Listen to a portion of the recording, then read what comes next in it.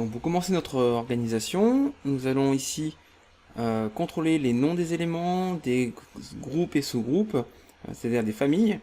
Alors, plusieurs moyens, on peut utiliser le raccourci CTRL A. Si je fais CTRL A, N, je vérifie bien que j'ai que des sablières.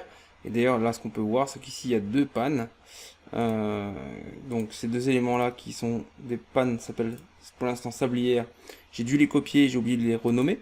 Alors c'est peut-être pas vraiment important, mais tout de même, modifier le nom, et ce sont donc des pannes. Voilà, même on pourrait même écrire panne à dévers si vous voulez, mais voilà, mettre des pannes, très bien.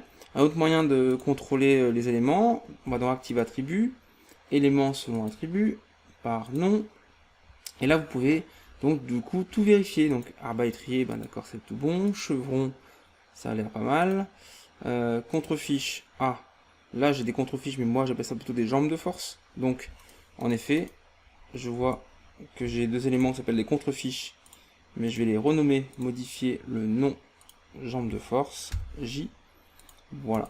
Donc ainsi de suite, je contrôle les noms de mes éléments pour que quand je vais pouvoir sortir mes listes de bois, même mes fiches de taille, les noms correspondent à des noms qui sont corrects. Pareil pour les groupes et sous-groupes. Alors vous voyez, si je fais un élément, CTRL A par groupe, et ben là j'ai le groupe module 5 qui s'active entièrement. Donc pareil pour celui-ci, CTRL A, hop, groupe module numéro 4, tout va bien. Ensuite là je crois que j'ai fait un groupe ossature, CTRL A, voilà, j'ai toute l'ossature bois qui s'active. Après si vous voyez que par exemple les deux lisses qui permettent de fixer le solivage, il faut les mettre dans un groupe plutôt solivage, modifier, groupe, et ici vous allez trouver solivage. Voilà. Donc ça c'est à vous qui voyez de gérer vos familles, vos groupes et vos sous-groupes.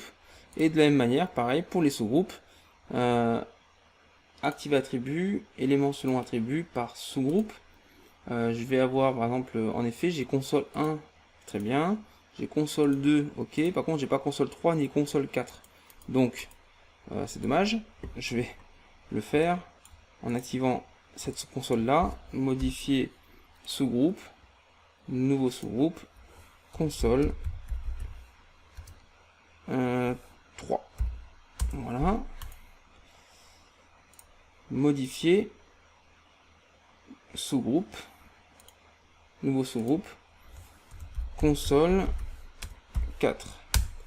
En partant des attributs qu'on vient de voir, des fois vous créez des nouveaux noms, des nouveaux groupes, des nouveaux sous-groupes. Et cette liste-là, on peut la retravailler par défaut directement, comme ceci. Si je vais dans Réglages, bois, et vous avez trouvé ici Attributs, donc Réglages, bois, Attributs, à ce moment-là, vous allez ouvrir la fenêtre des attributs. Sur les noms, les groupes, les sous-groupes, remarque, code, attributs personnels, hein, vous pouvez avoir plusieurs attributs personnels aussi, vous pouvez créer. Alors les principaux, les voilà. Donc ici vous pouvez, en fait, si vous souhaitez, gérer tous vos noms, vos groupes. S'il y a des éléments que vous dites, tiens, ça m'intéresse pas d'avoir profil 1, vous pouvez l'effacer si vous voulez. Certains noms ne vous correspondent pas. Et après la question, ça va être bien sûr, est-ce que je peux les avoir dans mon fichier de base de 3D pour que quand je refais un nouveau 3D, alors oui c'est possible, et ça fera partie de l'objet d'une autre vidéo pour sauvegarder les fameux init, fichiers init. Voilà. Petite chose que je voulais, ça on verra ça plus tard, mais petite chose que je voulais quand même rajouter, si par exemple vous utilisez souvent des noms, comme par exemple, je sais pas moi, je dis un exemple arbalétrier, et si je dis poteau, pour un exemple, hein, poteau, voilà, je le mets, vous voyez, il y a une petite étoile. Ça veut dire que ce sont les favoris. Voilà, c'est fait. Ça veut dire que en haut, les noms qui sont en favoris viendront en premier. Je m'explique.